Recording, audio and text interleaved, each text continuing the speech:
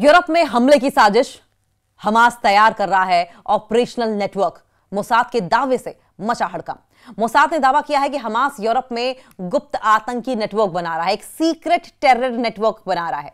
और इस बीच Germany, Austria में हथियारों का जखीरा भी मिला है। हथियारों का जखीरा जर्मनी और ऑस्ट्रिया में मिला है और कई संदिग्ध गिरफ्तार हुए हैं, कई सस्पेक्ट्स को अरेस्ट किया गया है। इजराइल की खुफिया एजेंसी मोसाद ने यूरोप की सुरक्षा को लेकर बड़ा दावा किया।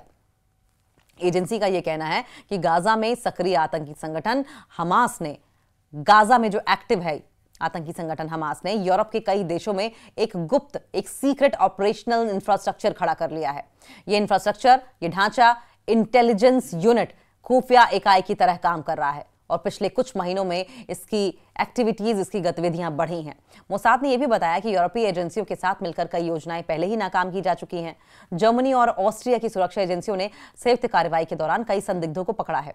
जांच टीमों को वियना में एक स्थान पर हथियारों का बड़ा स्टॉक मिला, जिसमें पिस्टल, विस्फोटक सामग्री और कई सैन्य उपयोग के सामान शामिल थे।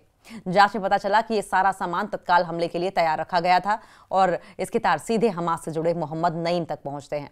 मोहम्मद नईम हमास नेतृत्व से जुड़ा प्रभावशाली नाम है। मोसाद की जांच में सामने आया कि जब्त किए गए हथियारों का संबंध मोहम्मद नईम से है। वो हमास के वरिष्ठ राजनीतिक ब्यूरो में महत्वपूर्ण भूमिका निभाने वाले बासिम नई का बेटा है। बासिम नईम गाजा में हमास के बड़े नेता खलील अल हया के बेहद करीबी माने जाते हैं। मोसाद का कहना है कि ये पूरा नेटवर्क हमास के विदेशों में बैठे नेताओं की सीधी देखरेख में काम कर रहा था।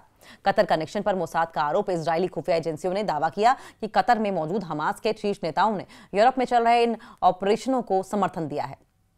मोसाद ने सितंबर में कतर में हुई एक बैठक का हवाला देते हुए कहा कि मोहम्मद नईम और उसके पिता की मुलाकात इस बात का संकेत है कि यह सिर्फ व्यक्तिगत पहल नहीं है, बल्कि संगठन की आधिकारिक मंजूरी वाला कदम है। हालांकि हमास सार्वजनिक तौर पर इन संबंधों से इनकार करता रहा है, लेकिन कई खुफिया रिपोर्ट्स कतर को इस गतिविधि से जोड़ती रही हैं। तुर्की से भी संचालित हो रहा है ऑपरेशन। मोसाद के अनुसार यूरोप में सक्रिय इस नेटवर्क का एक हिस्सा तुर्की से भी जुड़ा हुआ है। जर्मनी में नवंबर को बुरहान अल खतीब नाम के एक व्यक्ति को गिरफ्तार किया गया, जिस पर आरोप था कि वो लंबे समय से तुर्की में हमास से जुड़ी गतिविधियों को आगे बढ़ा रहा था। तुर्की पिछले कई सालों से हमास के लिए एक अहम ठिकाना माना जाता है और यूरोपीय एजेंसियां वहां से जुड़े नेटवर्क पर लगातार नजर रखे हुए हैं। फंडिंग पर भी नजर बनी हुई है। यूरोप की सुरक्षा एजेंसियों ने अब उन संगठनों पर भी कार्रवाई तेज कर दी है जिन पर हमास को आर्थिक मदद पहुंचाने या कट्टरपंथी विचार फैलाने का संदेह है। चैरिटी संस्थाएं, विभिन्न फाउंडेशन और धार्मिक संस्थाओं को अब कठोर जांच प्रक्रिया से गुजरना पड़ रहा है। कई जगह फंडिंग चैनल की निगरानी और जांच शुरू कर दी गई है। हमास ने अब विदेशों में भी सक्रियता बढ़ा दी है। मोसाद ने कहा है कि इजराइल पर 7 अक्टूबर 2023 को हुए हमले के बाद हमास ने विदेशों में अपनी एक्टिविटीज का दायरा, अपनी गतिविधियों का दायरा तेज कर दिया है।